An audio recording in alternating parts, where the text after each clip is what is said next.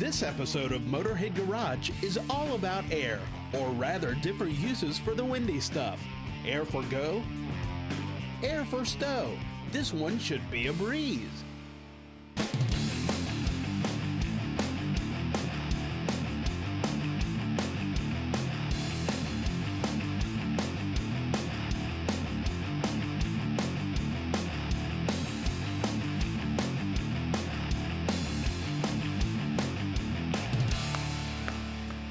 Hey, welcome to the Motorhead Garage. Well, folks, you're in for a treat, man. Sam and I have moved into a whole brand new facility.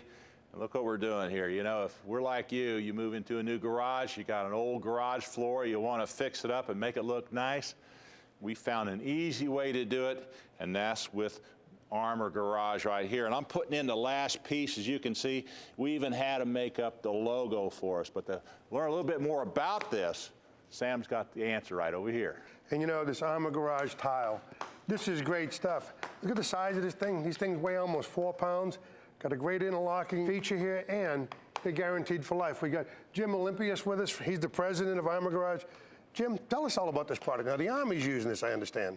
All branches of the military, fire departments, EMS stations, Fortune 500 companies, shops, homeowners, solid PVC. You can see it's flexible, won't stain, won't dent. Now, if you put this down in your garage, the neat part is when you move, you can pick it up and take it with you because you don't need to glue it. No adhesive needed unless you're running heavy-duty forklifts that do sudden stops and starts. That's about the only time. And you can get it in different colors, you can get it in different thicknesses. When it comes to covering up the garage floor in your garage, remember, Armor Garage is the only way to go, guaranteed for life. Okay, folks, I want to talk to you about something now that virtually every car has since about 2007, and that's called a TPM. Now, what's a TPM, you might say? Well, that's a tire pressure monitor, and this is what it looks like. This is mounted inside each one of your wheels, and what it does is it measures or monitors the tire pressure, and if it goes low, goes below a certain point, you'll get a notice on your dashboard to let you know you have low tire pressure. That way you can take your car in and get it fixed and get it checked out. If you go ahead and ignore it and drive with low tire pressure, you're either going to have a flat or you're going to blow out a tire. Either way, you don't want to have that happen. You want to make sure you can get this thing fixed. So this will let you know you got a problem before, and you can get it fixed before you really have a serious problem. Now, one of the things about these tire pressure monitors is they're unique. And Sam has got the tire broken down over here, and we're going to show you all about these. The sensor Dave was talking about, it's more than just a little GPS sensor, a tire pressure sensor. This is a real computer. It's got hardware, software, and it's a transmitter. This thing does a lot of stuff, doesn't it? Absolutely. This is John Nance. He's an engineer for Hoof, and they're the people that make these sensors. Now, you make not only these universal sensors that the guys in the shop can use, but you make them for the OEs. We make them for the OE as well. We put these in before it was a legal requirement in the U.S., so we already had this in there and designed for aftermarket. It was really aftermarket. It was OE based, but it's an aftermarket add-on. Right. So these were designed with quality in mind from the beginning, not cost. All right, now we got this BMW wheel that Dave took off. Somewhere along the line, somebody probably broke the sensor because it came in with a rubber valve stem, so we're getting rid of that because it's mandatory by law that you have these things. The neat part about this sensor is it's adjustable, it'll contour to the wheel, and then you just tighten this piece up, and you can see the way it's made. There's a purpose for that, so the tire machine won't break it off. Is that That's right? correct. So now, once we get this pretty well set, there's a little cap that goes on here, and inside has a breakaway ring. You don't want to over-torque it, so you tighten this up, and of course, when it gets to a certain point, then that breakaway ring breaks, so you can't over-tighten. Is that right? That locks the sensor to the wheel itself, and this second torque stage will seal the sensor valve to the wheel. This is a 4 Newton-meter torque wrench. If you don't have one of these, 4 Newton-meters on your torque wrench, about 35 inch-pounds, so you definitely don't want to over-tighten it, and this seals up. Now, Hoof's been around a long time, haven't they? Yeah, Hoof's over 100 years old, and we've been providing parts to the OEs for more than 100 years. All right, we don't have the old sensor, so we're gonna have to program this, right? Correct. So now we program this sensor. How long does that take? It takes about 5 seconds. Really? Less than 5 seconds. Let's see you do this. All right, let's do it. All right, turn the tool on. It's a very common tool you'll find in most of your tire shops in the U.S. Okay. As it's booting up here, All right. you go through and you select the program blank sensor. Okay. Then you go through and you select the make of the car. In this case, it's a BMW. All right. Then you select the series. In this case, it's the Series 3. Series, yep. And you select the model year. In this case, it's 2007. And then you can either copy the original sensor, but in this case, we're going to create a new sensor. Right, and the reason is we don't have the old sensor to copy now. If you copy the original sensor, then there's no programming at the car. Correct. If you copy the original sensor, it makes programming at the car a lot easier. If we program a new sensor, then a small procedure to program it right at the car. Just a small procedure to program it at the car. Then you just select Create New Sensor Right, and hit the button to program. okay. And go. So when you're watching this flash, what we're doing is wirelessly programming that sensor. Absolutely. In which case, this one took less than 2 seconds to program. Great. Okay, so the sensor's installed, it's torqued properly, and Hoof North America makes these things that it's like universal. You don't need a million different pieces of inventory. You just have a few in stock and you can cover it. So we'll put the tire and wheel back on, inflate it properly, and then we'll install it on the car. So we have a lot more coming here at Motorhead Garage. Don't go away. Thanks, that's pretty neat. Can I program this myself? Absolutely. Do I have to go back to the beginning?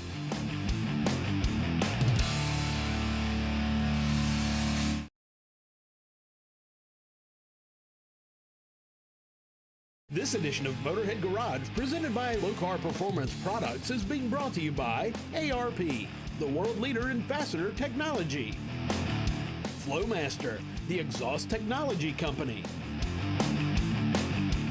OPG, the world's largest source for GM A-body parts and accessories. Armor Garage, where everything is made to last. And by Flaming River. If it doesn't say Flaming River, it just isn't good enough.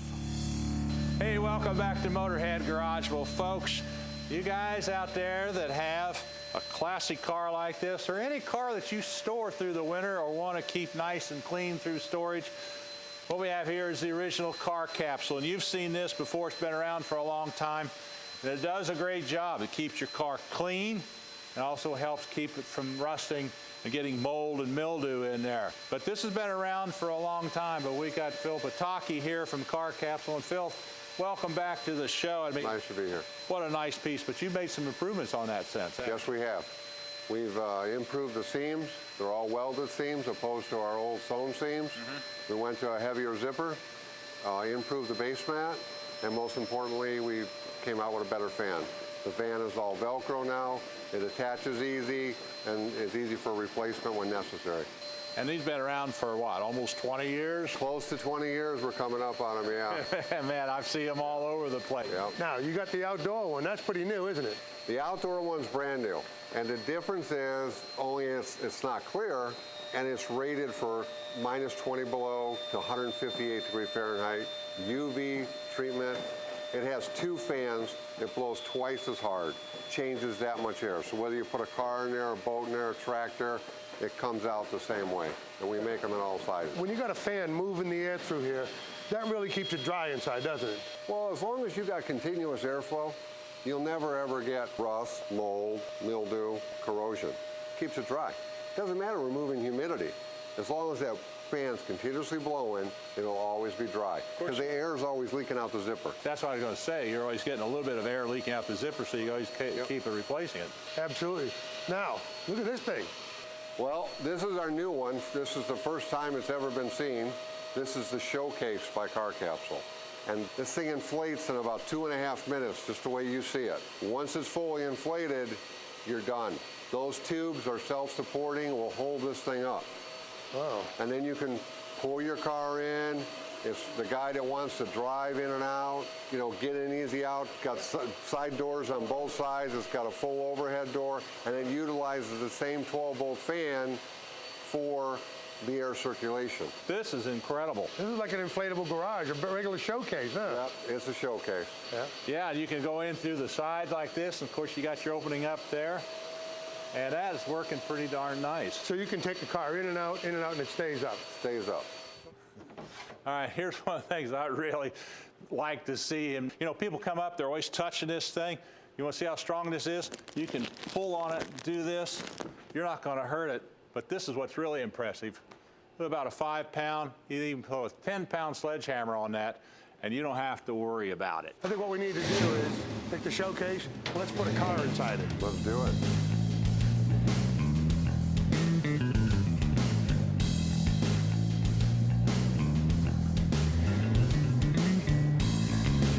Good.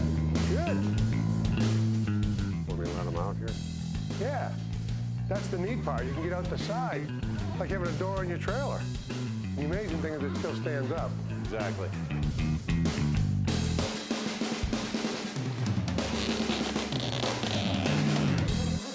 That looks nice. Now, this is what you ought to have at your place, Sam, for your cars. I need a bunch of these. I need one for my dirt car, I can tell you that. Really? Well, anyway, so this is going to be coming out here in the near future, you say? About 90 days we should have them. Okay. That's awesome. Well, folks, there you have it. You got all different kinds of car capsules. You got the original, got the one for outside, and this baby right here, I really like this. Yep. Hey, we got a lot more coming back. Stay with us. We got more here on Motorhead Garage. You know, when I profile a car, I normally start at the front, but on this 50 Chevy, we start at the back. Mike, what inspired this very European-looking trunk? Darren Cutter, the gentleman that did the upholstery work on the whole car, what we have in there is a NASCAR fuel cell, 2 batteries, an air conditioning unit, and a stereo system buried underneath them.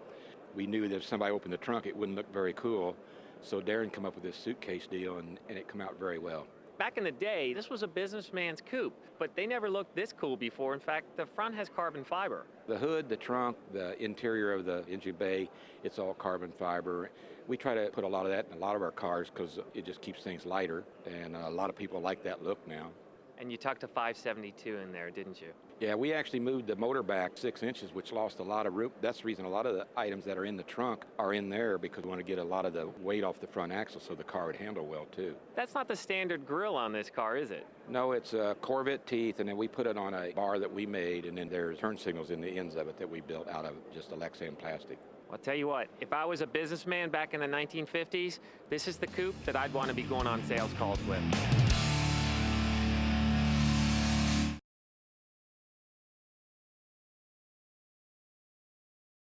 Motorhead Garage, presented by Low Car Performance Products, coming to you from Borla Commerce Park. Hey, welcome back to Motorhead Garage. Well, you know what? A lot of these guys have these smaller import cars, like this little Scion here. Now, they're pretty hot little vehicles, except for one thing. Every hot rodder likes more horsepower, and that's what they're doing with these things, and that's what we're doing with this particular car today. We're putting a supercharger on there, and we've got Scott Cole from Motovicity here with us. Scott, tell us a little bit about this supercharger that you have. Now, it's really a nice piece here, and it's HKS. What does that really stand for? HKS stands for Hasegawa, Kitagawa, and Sigma. Hasegawa is the engineer that actually started the company. Kitagawa was his business partner, and Sigma Bank provided the capital to start the company. So they give the bank credit? So tell me a little bit more about this. This is a mechanical-driven supercharger. Correct. Basically, it's a centrifugal supercharger, and the easiest way to understand that is the compressor side is literally a turbocharger.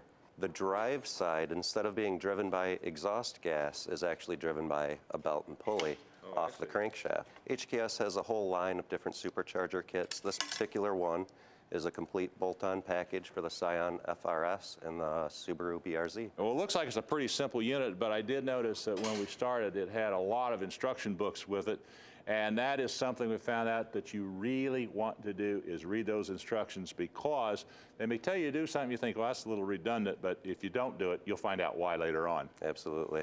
All right, so it's a pretty simple kit. Let's get started putting it on. Sam's got the car stripped down over there, so let's see if we can get this in. Let's have at it. Lead the way. All right, you ready for this? I am ready. All right.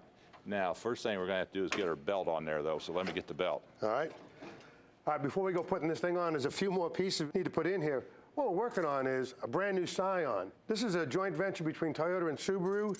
This Subaru motor here is a 4-cam boxer motor, very sophisticated, got mechanical injection, a direct injection, and electronic port injection, right? Yep, both systems. HKS has made this supercharger kit bolt on directly for this. It's a lot of work, but it's not a bad installation. Scott, tell us about how this thing drives. It's belt driven, but this thing feels like it's really got some gear reduction. Sure. It's actually a 10-to-1 overdrive system. I've got this little cutaway here to show everybody. So the unique feature with the HKS supercharger is the way it's driven, and it's a unique system called a torque response traction drive. Basically what it does is it reduces the amount of friction on the compressor shaft at low RPM and low engine load. So you have less parasitic loss on the supercharger. Cool. As RPM and load increase, this wheel, which is on its own suspension, actually will engage the shaft harder and harder, so the shaft will never slip as RPM and boost increases. Cool. And the ratio is how much? This will overdrive the compressor shaft 10-to-1 off the crank. 10-to-1. So you're really spinning this thing. Now, this is going to add how much rear wheel horsepower, this kit? Without any other modifications, this will add about 80 rear wheel horsepower. That's awesome. All right, so we've put these two pulleys on. Now, we ready to put the bolts in those yet? I think we're ready to go. All right, let me have some bolts, and there must be a washer for these. Yep. All right, so we're going to go ahead and put these pulleys on. Then we've got a pulley setup that has to go on here where this long bolt is, which is going to go through the base of the alternator mount. Then we put the belt on, and we'll put the whole unit and start tightening it up, because this has to be off before you can remove the belt. All right, Scott, all of these bolts are tight. Boy, this really is kind of a little erector set, but it fits great, doesn't it? Yeah, it fits like a glove. Man, everything just lines up perfect. Got our belt all on, got it on correctly. Now we're going to go ahead and put in an intercooler, an oiling system for our HKS supercharger. Got a lot more coming here at Motorhead Garage. We need to take a quick break, so don't go away.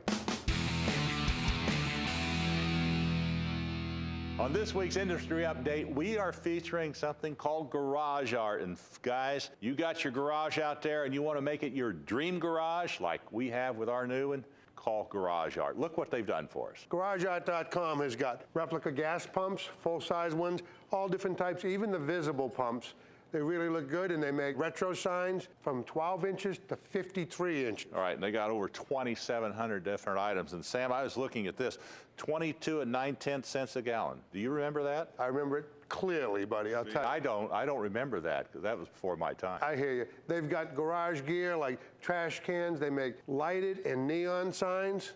And they make all the big old brand signs as well, plus small ones. Right. You know, if you go to in a barn somewhere and find one, that's great, but it'll cost you a lot of money a lot of times. That's right. Garage Art can set you up. You go to their website, they actually have an area where you can get ideas on how to decorate your garage. They got personalized signs, everything you need to make your man cave really neat. So if you want to know a lot more about Garage Art, all you have to do is go to their website.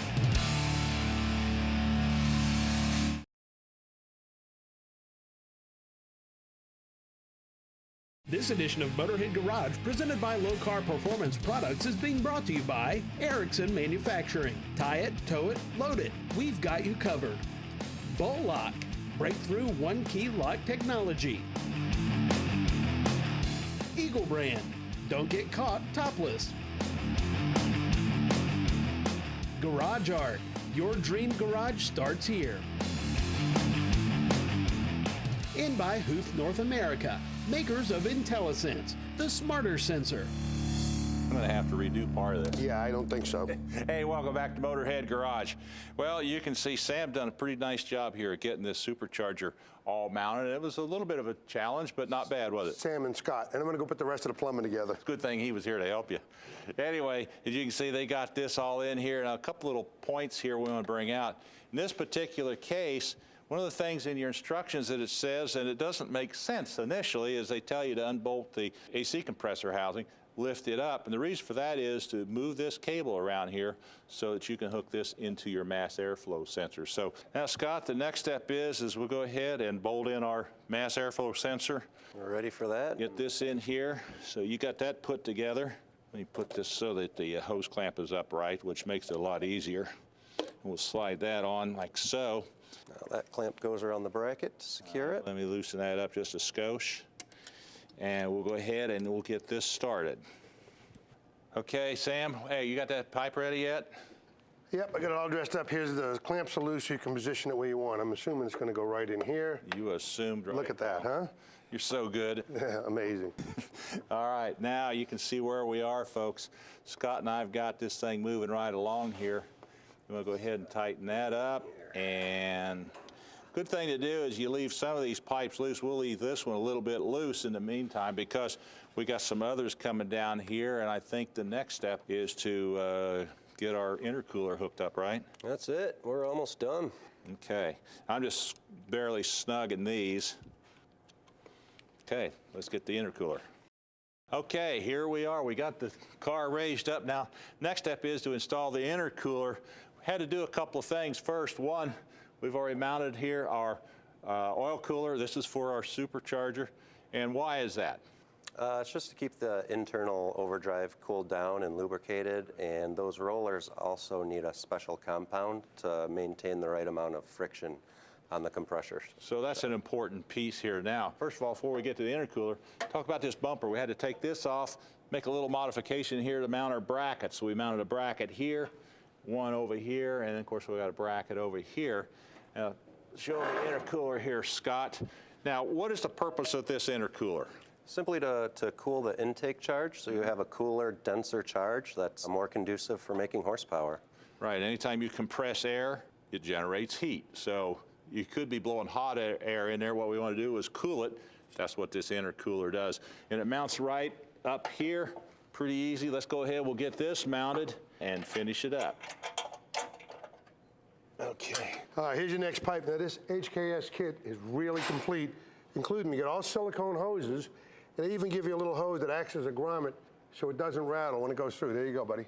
All right, here you go, Scott. Now, where does that go? Right over here, right? Yeah, we fish this right up through the front corner here. Pop that on and we're good to go. Okay, Scott will go ahead and get this tight. In the meantime, we'll go drop this thing down and we can finish this job. Have you got that other pipe ready for me? Here you go. There's your blow-off valve. Okay. Now, what we've got to do is we took the bolt out of here, and we're going to just kind of give us a little bit of clearance. See if we can slide this in here. Yep, you got it. Let me get this started up here, Scott. Scott, you know, this is a little bit of work, but it wasn't too bad. You know, once you follow the instructions. It's a nice, neat kit. Looks like a factory installation. They even give you extra silicone. Look at that, where that pipe has a chance to rub against that bracket. Voila. Wow. Pretty nice piece there. Yep. Scott, you did a nice job. Appreciate you bringing this by and letting us put it together. Hey, thanks for having me. Thanks for the help on that. Speaking of putting it together, we'll get the whole rest of the front of this car to put together and get this thing ready to go. I know, but I think I'm going to have something to drink now. Anyway, folks, we've run out of time. We'll see you again next time here at Motorhead Garage. See ya.